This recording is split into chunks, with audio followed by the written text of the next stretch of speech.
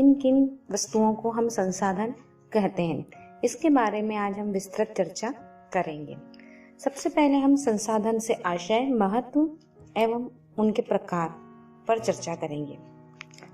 बच्चों, मानवीय आवश्यकताओं की पूर्ति अथवा उनकी किसी कठिनाई का निवारण करने या निवारण में सहायता देने वाले जो स्रोत या आश्रय होते हैं, उन्हें संसाधन कहते हैं।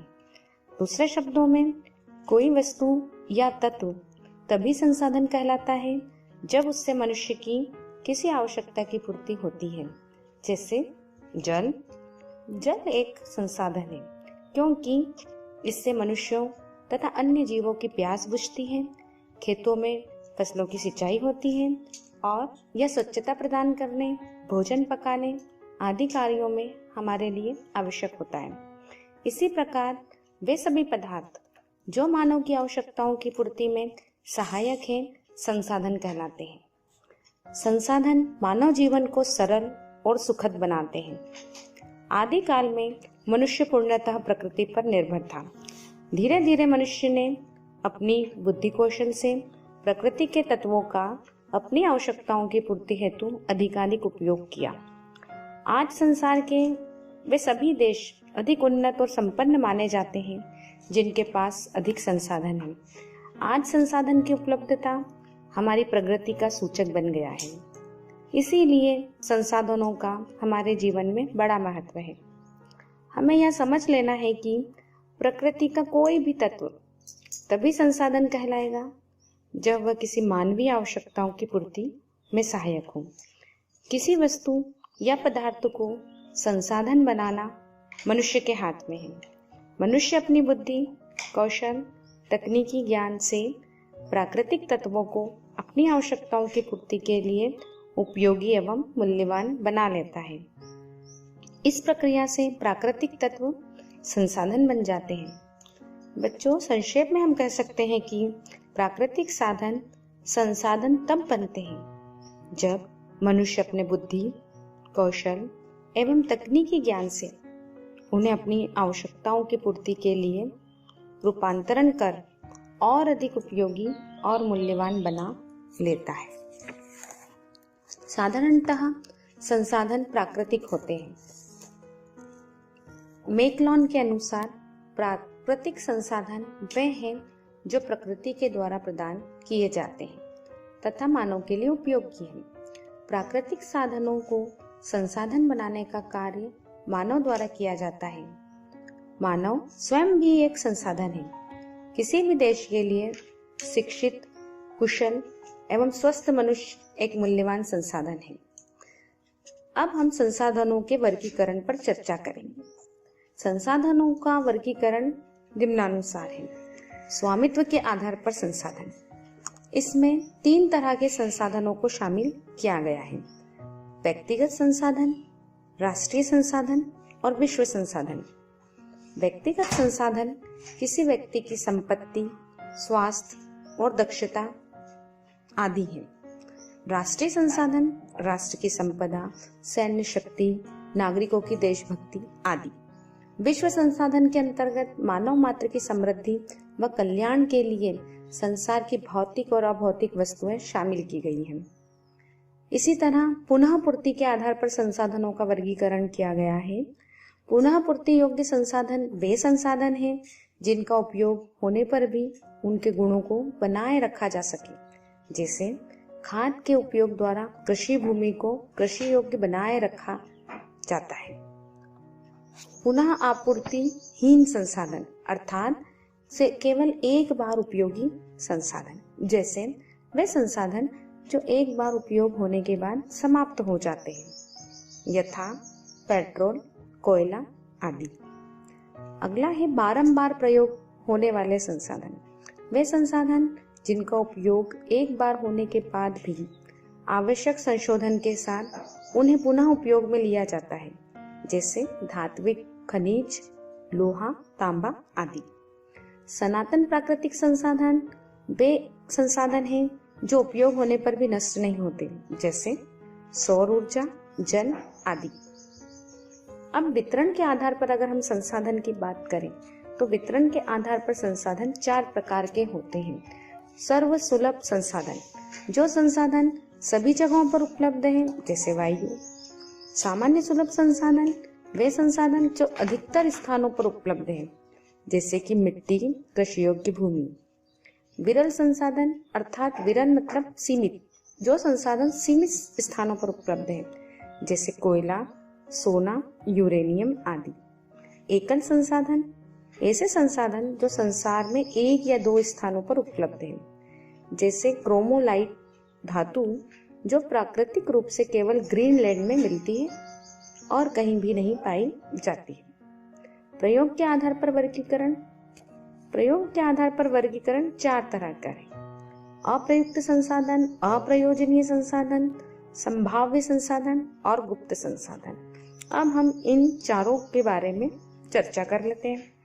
अप्रयुक्त संसाधन, संसाधन का उपयोग जब तक नहीं किया जाता जब तक उन्हें अप्रयुक्त संसाधन कहते हैं। जैसे कुछ खनिजों के भंडारों का पता होने पर भी उनका दोहन और उनका उपयोग नहीं हो पाता। अप्रयोजनीय संसाधन अर्थात वर्तमान में उपलब्ध तकनीक के बल पर जिन संसाधनों का उपयोग निकट भविष्य में नहीं हो सकता, उन्हें अप्रयोजनीय संसाधन कहते हैं। संभाव्य संसाधन, जिन संसाधनों का ज्ञान तो है परंतु तकनीक या योजना के अभाव में उन्हें अभी तक उपयोग में नहीं लाया जा पा रहा है, किंतु भविष्य में उपयोग की संभावना है, उन्हें संभाव्य संसाधन कहते हैं। जैसे नदियों का बहता हुआ जल नहर बन जाने के बाद सिंचाई के काम आ सकता है, बांध बन जाने के बाद विद्युत उत्पादन हो सकता है। नेक्स्ट है गुप्त संसाधन। जब तक किसी पदार्थ की गुण और मानवीय हितों की पूर्ति हेतु आवश्यक प्रयोग ज्ञात न हो सके, तब तक वो संसाधन या वो पदार्थ गुप्त संसाधन कहलाता है। जैसे जब तक मनुष्य पेट्रोलियम पदार्थ के गुण और प्रयोग से अनजान था, तब तक यह संसाधन गुप्त संसाधन की श्रेणी में था।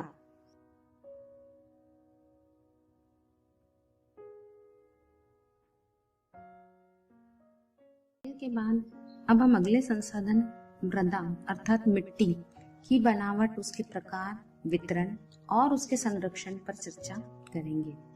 मृदा किसान की अमूल्य संपदा है। हमारे देश के आर्थिक विकास का प्रमुख आधार मिट्टी या मृदा है। अमेरिकी मिट्टी विशेषज्ञ डॉक्टर बेनेट के अनुसार मृदा भूपृष्ठ पर मिलने वाले असंगठित पदार्थों की वह ऊपरी परत है जो मूल चट्टानों अथवा वनस्पति के योग से बनती है। धरातल के अधिकतर भाग पर मृदा पाई जाती है। यह मूल चट्टानों और जैव पदार्थों का सम्मिश्रण है, जिसमें उपयुक्त जलवायु होने पर नाना प्रकार की वनस्पतियां उगती हैं। मानव जीवन में मृदा का बहुत महत्व है, विशेषकर किसानों के लिए। समस्त मानव जीवन मिट्टी पर निर्भर करता है।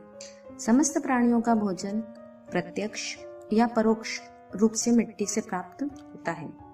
हमारे वस्त्रों के निर्माण में प्रयुक्त कपास, रेशम, जूट व ऊन प्रत्यक्ष या परोक्ष रूप से हमें मिट्टी से ही मिलते हैं। जैसे भेड़ मिट्टी पर उगी घास खाती है और हमें ऊन देती है।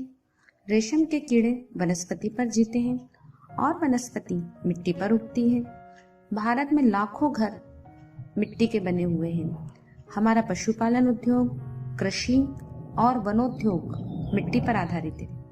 इस प्रकार मिट्टी हमारे जीवन का प्रमुख आधार है। बिल कॉक्स के अनुसार मानव सभ्यता का इतिहास मिट्टी का इतिहास है और प्रत्येक व्यक्ति की शिक्षा मिट्टी से ही प्रारंभ होती है। तो अब हम मृदा के निर्माण की प्रक्रिया पर चर्चा करेंगे। मृदा के निर्माण की प्रक्रिया बहुत धीमी है। मृदा की 1 सेंटीमीटर परत के निर्माण में सैकड़ों वर्ष लग जाते हैं। इसकी 2.5 सेंटीमीटर की पतली परत के निर्माण में 1000 वर्षों से अधिक का समय लग सकता है। मृदा के निर्माण के लिए समतल भूमि सबसे अच्छी होती है, क्योंकि इस पर मृदा के निर्माण में कम से कम बाधाएं आती हैं। मृदा के निर्माण में सहयोग देने वाले अनेक कारक हैं, जैसे मूल चट्टान तथा भूभाग का उच्चावच, हजारों वर्षों तक प्रभाव डालने वाली जलवायु की दशाएं, जिसमें शैलों का अपक्षय होता है, पेड़ पौधे और जीव जंतु व उनके अवशेष। मृदा परिच्छेदिका के अंतर्गत पूर्ण विकसित मृदा के लंबवत परिच्छेद में गठन, रंग तथा परतें एक के ऊपर एक बिछी होती हैं। मृदा की परतों के विन्यास को ही मृदा परिच्छेदिका कहते हैं। ऊपरी परत को ऊपरी मृदा, दूसरी परत को उपमृदा, तीसरी परत को अपक्षयित मूल चट्टानी पदार्थ तथा चौथी परत में मूल चट्टानें होती हैं। ऊपरी परत की ऊपरी मृदा ही वास्तविक मृदा की परत है। इसकी सबसे महत्वपूर्ण विशेषता इसमें ह्यूमस तथा जैव पदार्थ का पाया जाना है। सबसे ऊपर ह्यूमस तथा उसके नीचे जैव तत्वों की प्रधानता होती है। दूसरी परत में उपमृदा होती है, जिसमें चट्टानों के टुकड़े, बालू, गाद तथा चिकनी मिट्टी होती है। तीसरी परत में अपक्षयित मूल चट्टानी पदार्थ तथा चौथी परत में मूल चट्टानी पदार्थ होते हैं। मृदा के प्रकार और वितरण पर चर्चा करेंगे। मृदा का वर्गीकरण अनेक विद्वानों ने किया है। भारत अपनी धरातलीय संरचना, वनस्पति तथा जलवायु की विविधता के लिए जाना जाता है। इस कारण भारत में मृदा को निम्नांकित रूप से वर्गीकृत किया जा सकता है। पहली है जलोढ़ मिट्टी। इसे काप, दोमट, कछारी या चीका मिट्टी कहा जाता है। यह मिट्टी हल्के भूरे रंग की होती है। खुदाई करने पर यह मिट्टी 490 मीटर की गहराई तक पाई जाती है। इस मिट्टी में नाइट्रोजन, फास्फोरस और वनस्पति अंशों की कमी है, परंतु पोटाश और चूना पर्याप्त मात्रा में पाया जाता है। भारत में यह मिट्टी हिमालय से निकलने वाली 3 बड़ी नदियों सतलज, गंगा और ब्रह्मपुत्र और उनकी सहायक नदियों द्वारा बहा कर लाई गई काप मिट्टी से निर्मित होती है। मिट्टी के इन बारीक कणों को जलोढ़क कहते हैं। इस मिट्टी में विभिन्न मात्रा में रेत, गाद तथा मृत्तिका अर्थात चीका मिट्टी मिली होती है। भारत के काफी बड़े क्षेत्र में पाई जाने के कारण यह मिट्टी बहुत महत्वपूर्ण है। इसके अंतर्गत देश का लगभग 40% भाग सम्मिलित है। यह मिट्टी हिमालय से निकलने वाली सतलज, गंगा तथा ब्रह्मपुत्र और उनकी सहायक नदियों की द्रोणी में स्थित पंजाब, हरियाणा, उत्तर प्रदेश, उत्तराखंड, बिहार, पश्चिम बंगाल, असम, मेघालय तथा उत्तर पूर्वी राजस्थान में मिलती है। इसके अतिरिक्त दक्षिण भारत में गोदावरी, कृष्णा, कावेरी नदियों के डेल्टाई भागों, पूर्वी एवं पश्चिमी समुद्र तटीय मैदानों तथा नर्मदा और ताप्ती नदियों की घाटियों में भी सामान्य रूप से यह मिट्टी पाई जाती है। अगला वर्गीकरण है काली मिट्टी या रेगड़ मिट्टी। इस मिट्टी को रेगड़ या कपास वाली काली मिट्टी भी कहते हैं। इसका गहरा रंग काला और कणों की बनावट बारीक व घनी होती है। इसमें अधिक देर तक जल एवं नमी ठहर सकती है। इस मिट्टी में चूना, पोटाश, मैग्नीशियम, एल्यूमिनियम तथा लोहा पर्याप्त मात्रा में पाया जाता है, किंतु फास्फोरस, नाइट्रोजन तथा जीवाश्म का अभाव होता है। इसमें रासायनिक तत्वों की मात्रा अधिक होती है। सूख जाने पर इसमें दरारें पड़ जाती हैं। इन दरारों से इसके वायु मिश्रण में सहायता मिलती है। इसे स्वतः जुताई वाली मिट्टी भी कहा जाता है। भारत में यह मिट्टी गुजरात से अमरकंटक तक और बेलगांव से गुना तक पाई जाती है। यह मिट्टी महाराष्ट्र के विदर्भ, खानदेश और मराठवाड़ा, मध्य प्रदेश में उड़ीसा के दक्षिणी भाग, कर्नाटक के उत्तरी जिलों, आंध्र प्रदेश के दक्षिणी तथा तटवर्ती भाग, तमिलनाडु के भाग तथा राजस्थान के कुछ जिलों तथा उत्तर प्रदेश के बुंदेलखंड संभाग में मिलती है। यह मिट्टी कपास, दालें आदि के लिए अत्यधिक उपयुक्त होती है।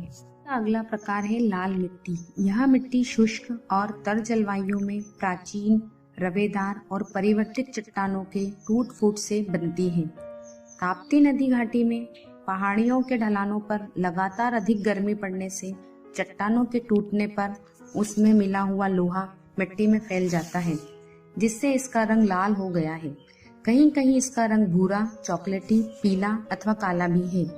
अनेक प्रकार की चट्टानों से बनी होने के कारण गहराई और उर्वरा शक्ति में भिन्नता पाई जाती है। यह मिट्टी अत्यंत रंध्र युक्त है। यह अत्यंत बारीक और गहरी होने पर ही उपजाऊ होती है। इस मिट्टी में लोहा, एल्यूमिनियम और चूना अधिक होता है। शुष्क ऊंचे मैदानों में पाई जाने वाली मिट्टी उपजाऊ नहीं होती, क्योंकि यहाँ की मिट्टी हल्के रंग की, पथरीली, कम गहरी और बालू के समान मोटे कण वाली होती है। किंतु निम्न भूमि क्षेत्र की मिट्टी अधिक गहरी, उपजाऊ और लाल रंग की होती है। यह मिट्टी उत्तर प्रदेश के बुंदेलखंड से लेकर दक्षिण के प्रायद्वीप तक पाई जाती है। यह उत्तर प्रदेश, झारखंड, पश्चिम बंगाल, मेघालय, नागालैंड, उत्तर प्रदेश, राजस्थान, तमिलनाडु तथा महाराष्ट्र में मिलती है। इस मिट्टी में बाजरा की फसल अच्छी पैदा होती है, किंतु गहरे लाल रंग की मिट्टी कपास, गेहूं, दाल और मोटे अनाज के लिए उपयुक्त है। मिट्टी का अगला प्रकार है लेटेराइट मिट्टी। इस मिट्टी का निर्माण ऐसे भागों में हुआ है जहां शुष्क व तर मौसम बारी बारी से होता है। यह मिट्टी लेटेराइट चट्टानों की टूट फूट से बनती है। यह मिट्टी चौरस उच्च भूमियों पर मिलती है। इसमें चूना, फास्फोरस और पोटाश कम मिलता है, किंतु वनस्पति का अंश पर्याप्त होता है। गहरी लेटेराइट मिट्टी में लोहा, ऑक्साइड और पोटाश की मात्रा अधिक होती है। लेटेराइट मिट्टी भी 3 प्रकार की होती है। पहली गहरी लाल लेटेराइट मिट्टी, सफेद लेटेराइट मिट्टी, गहरी जल वाली लेटेराइट मिट्टी। यह तमिलनाडु के पहाड़ी भागों और निचले क्षेत्रों, कर्नाटक के कुर्ग जिले, केरल राज्य के चौड़े समुद्री तट, महाराष्ट्र के रत्नागिरी जिले, पश्चिम बंगाल के बेसाल्ट और ग्रेनाइट पहाड़ियों के बीच तथा उड़ीसा के पठार के ऊपरी भागों और घाटियों में मिलती है। यह मिट्टी चावल, कपास, गेहूं, दाल, मोटे अनाज, सिनकोना, चाय, कहवा आदि फसलों के लिए उपयोगी है। मिट्टी का अगला प्रकार है मरुस्थलीय मिट्टी। यह बालू प्रधान मिट्टी है। इसमें बालू के कण मोटे होते हैं। यह मिट्टी दक्षिण पश्चिम मानसून द्वारा कच्छ के रन की ओर से उड़कर भारत के पश्चिमी शुष्क प्रदेश में जमा हुई है। इसमें खनिज नमक अधिक मात्रा में पाया जाता है। मरुस्थलीय मिट्टी में नमी कम रहती है तथा वनस्पति के अंश भी कम पाए जाते हैं, किंतु सिंचाई करने पर यह उपजाऊ हो जाती है। इस मिट्टी में गेहूं, गन्ना, कपास, ज्वार, बाजरा, सब्जियां आदि पैदा की जाती हैं। सिंचाई की सुविधा उपलब्ध न होने पर यह बंजर पड़ी रहती है। इस प्रकार की मिट्टी शुष्क प्रदेशों में विशेषकर पश्चिमी राजस्थान, गुजरात, दक्षिणी पंजाब, दक्षिणी हरियाणा और पश्चिमी मध्य प्रदेश में मिलती है। आखिरी प्रकार मिट्टी का है पर्वतीय मिट्टी। यह मिट्टी हिमालयी पर्वत श्रेणियों पर पाई जाती है। अधिकांशतः यह मिट्टी पतली, दलदली और छिद्रमयी होती है। नदियों की घाटियों और पहाड़ी ढलानों पर यह अधिक गहरी होती है। हिमालय के दक्षिणी ढालों के अधिक खड़ा होने के कारण यहाँ इसका जमाव अधिक नहीं होता। पहाड़ी ढालों के तलहटी में टर्शियरी कालीन मिट्टी पाई जाती है, जो हल्की, बलुआई, छिछली, छिद्रमयी और कम वनस्पति अंश वाली है। पश्चिमी हिमालय के ढालों पर बलुआई मिट्टी मिलती है। मध्य हिमालय के क्षेत्र में अधिक वनस्पति अंशों वाली उपजाऊ मिट्टी मिलती है। अच्छी वर्षा होने पर इस मिट्टी में दून एवं कांगड़ा घाटी में चाय की अच्छी पैदावार होती है। हिमालय के दक्षिणी भाग में असम और दार्जिलिंग में चिकनी एवं महीन मिट्टी मिलती है, जिसमें पत्थरों के छोटे टुकड़े अधिक तथा वनस्पति, चूना और लोहे के अंश कम पाए जाते हैं। चाय एवं आलू की कृषि के लिए यह उपयुक्त है। नैनीताल, मसूरी, चक्राता आदि स्थानों के निकट चूने एवं डोलोमाइट चट्टानों से मिट्टी प्राप्त होती है, जिसमें चीड़ एवं साल के वृक्ष होते हैं। हिमालय के उन भागों में जहां ज्वालामुखीय उद्गार होते हैं, उनमें ग्रेनाइट, डोलोमाइट आदि आग्नेय चट्टानें पाई जाती हैं। बच्चों, अभी तक हमने मृदा की बनावट, मृदा के प्रकार और उसके वितरण पर चर्चा की। अब हम मृदा के नुकसान अर्थात उसको किस तरह से नुकसान होता है उस पर चर्चा करेंगे, जिसे मृदा अपरदन कहते हैं। तो हमारा अगला टॉपिक है मृदा का अपरदन। मृदा को सबसे बड़ा नुकसान अपरदन से होता है। वनस्पति विहीन नरम मृदा पर अपरदन की प्रक्रिया तीव्र होती है। अपरदन की तीव्र गति के कारण भारत में मिट्टियों की उर्वरा शक्ति प्रतिवर्ष कम होती जा रही है। भूमि के अपरदन की यह समस्या देश के लिए चिंताजनक है। मृदा अपरदन का यह परिणाम भूमि तक ही नहीं सीमित है, इसका फल मनुष्यों को भी भुगतना पड़ रहा है, क्योंकि इससे भूमि की पैदावार निरंतर क्षीण होती जा रही है। मृदा अपरदन के क्या कारण हैं? मृदा अपरदन के कारणों में सबसे पहला कारण है मानव द्वारा वनों का विनाश, अत्यधिक पशुचारण, आदिवासियों द्वारा झूमी कृषि करना, पवन अपरदन तथा अवैज्ञानिक तरीके से कृषि करना। मृदा अपरदन से होने वाली हानियों पर अगर हम चर्चा करें तो राष्ट्रीय योजना समिति ने भूक्षरण के संयुक्त प्रभावों को निम्न रूप से स्पष्ट किया है।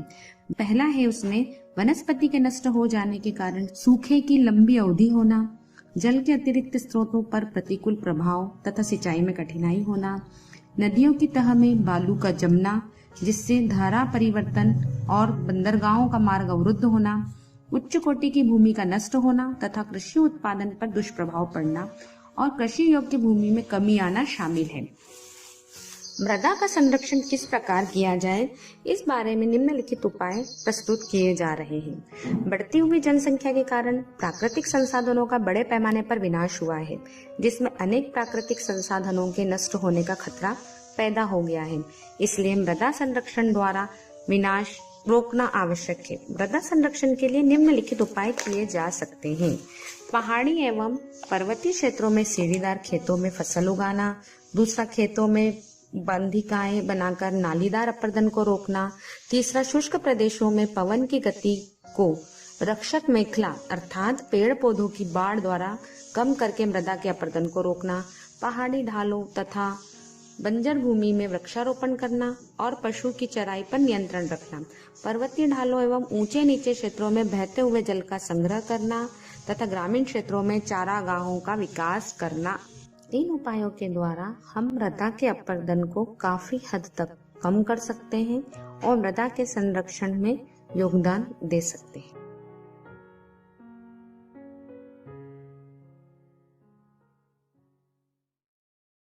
नमस्कार प्यारे बच्चों, आज हम हमारे टॉपिक भारत में संसाधन को आगे बढ़ाते हुए जल संसाधन के बारे में विस्तृत चर्चा करेंगे, जिसके अंतर्गत हम जल के स्रोत व उसके प्रकार, वितरण और जल संरक्षण पर बात करेंगे।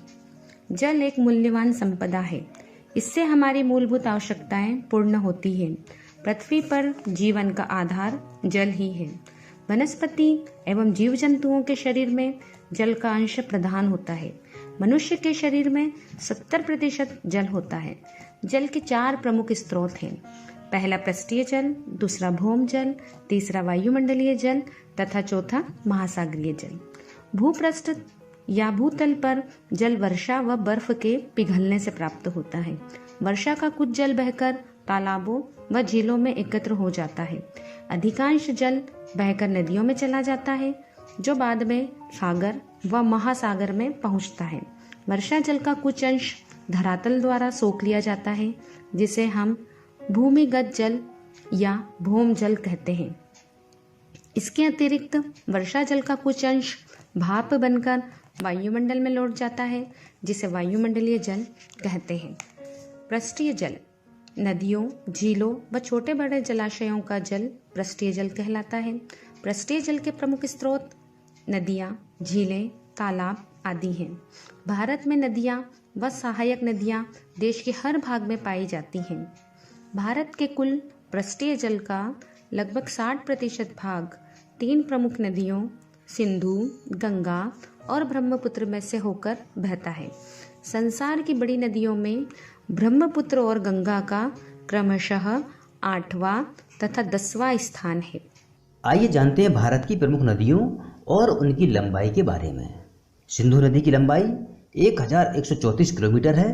Godavari 1465 kilometre, Narmada 1382 kilometre, Chenab 1180 kilometre, Pennar 597 kilometre, Ganga 2725 kilometre, Krishna 1400 kilometre, Yamuna 1376 kilometre, Ghaghara 1080 kilometre.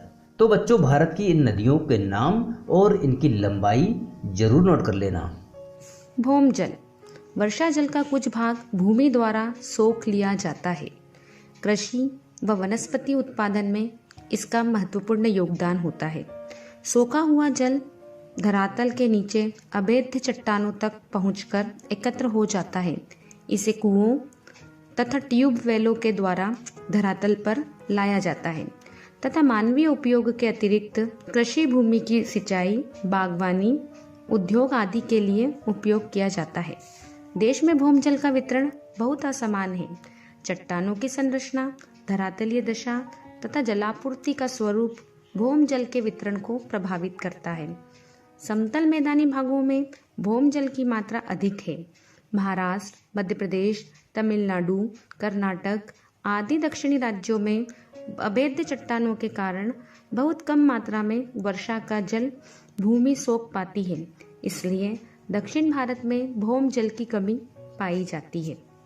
वायुमंडलीय जल वाष्प रूप में होता है, अतः इसका उपयोग नहीं हो पाता।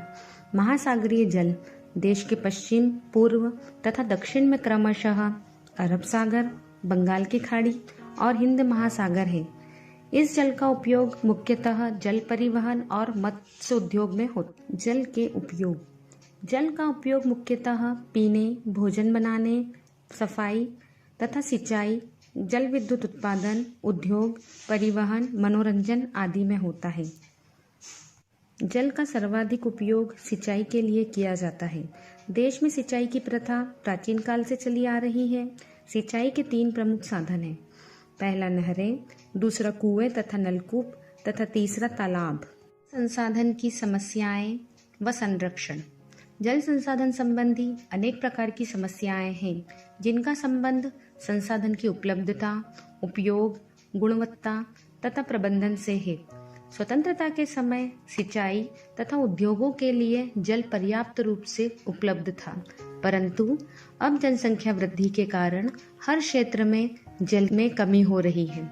गर्मियों में जल संसाधन का अभाव प्रायः संपूर्ण दक्षिण भारत में होता है, जबकि वर्षा ऋतु में जल की कमी नहीं पाई जाती।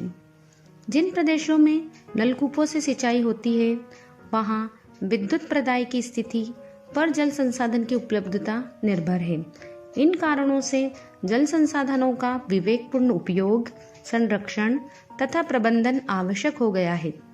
जल संसाधनों की सीमित आपूर्ति, तेजी से बढ़ती हुई मांग और इनकी असमान उपलब्धता के कारण इनका संरक्षण आवश्यक है। इसके लिए निम्नलिखित 3 कदम आवश्यक है। पहला, वर्षा जल संग्रहण तथा इसके अपवाह को रोकना। दूसरा, छोटे बड़े सभी नदी जल संग्रहण क्षेत्रों का वैज्ञानिक प्रबंध करना। तीसरा, जल को प्रदूषण से बचा।